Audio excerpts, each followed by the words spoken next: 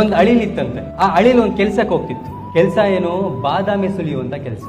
100 kg ಬಾದಾಮಿಯನ್ನ ಸುಲಿದ್ರೆ ಆ ಅಳಿಲಿಗೆ 10 kg ಬಾದಾಮಿಯನ್ನ ಸಂಬಳವನ್ನಾಗಿ ಕೊಡ್ತಿದ್ರು. So ಅಳಿಲು ಒಂದು ವಾರ ಕುತ್ಕೊಂಡು 100 kg ಬಾದಾಮಿ ಸಿಪ್ಪೆಯನ್ನ ಸುಲಿದು 10 kg ಬಾದಾಮಿಯನ್ನ ಸಂಪಾದನೆ ಮಾಡುತ್ತೆ.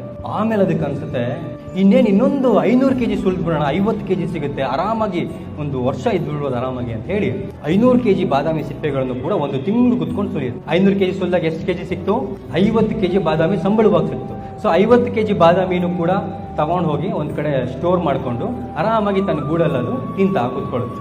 1 ವಾರ ತಿನ್ನುತ್ತೆ, 2 ವಾರ ತಿನ್ನುತ್ತೆ, 3ನೇ ವಾರಕ್ಕೆ ಆಲ್ರೆಡಿ ಹಲ್ಲು ನೋವು ಶುರುವಾಗ್ಬಿಡುತ್ತೆ. ಯಾಕೆ ಅಂತ ನೋಡಿದಾಗ ಆ ಬಾದಾಮಿ ಸಿಪ್ಪೆಗಳನ್ನ ಸುಲ್ದು ಅದ್ರ ಹಲ್ಲೆಲ್ಲ ಸೌದೋಗ್ಬಿಡುತ್ತೆ. ಅದೇನಂತ ಯೋಚನೆ ಮಾಡ್ತು, ಚೆನ್ನಾಗಿ ಸುಲ್ಬಿಟ್ಟು ನಾಳೆ ಕುತ್ಕೊಂಡು ತಿಂತೀನಿ ಅಂತ ಯೋಚನೆ ಮಾಡ್ತು. ಇದೇ ಒಂದು ಪರಿಸ್ಥಿತಿಲಿ ಎಷ್ಟೋ ಜನ ಇದ್ದಾರೆ.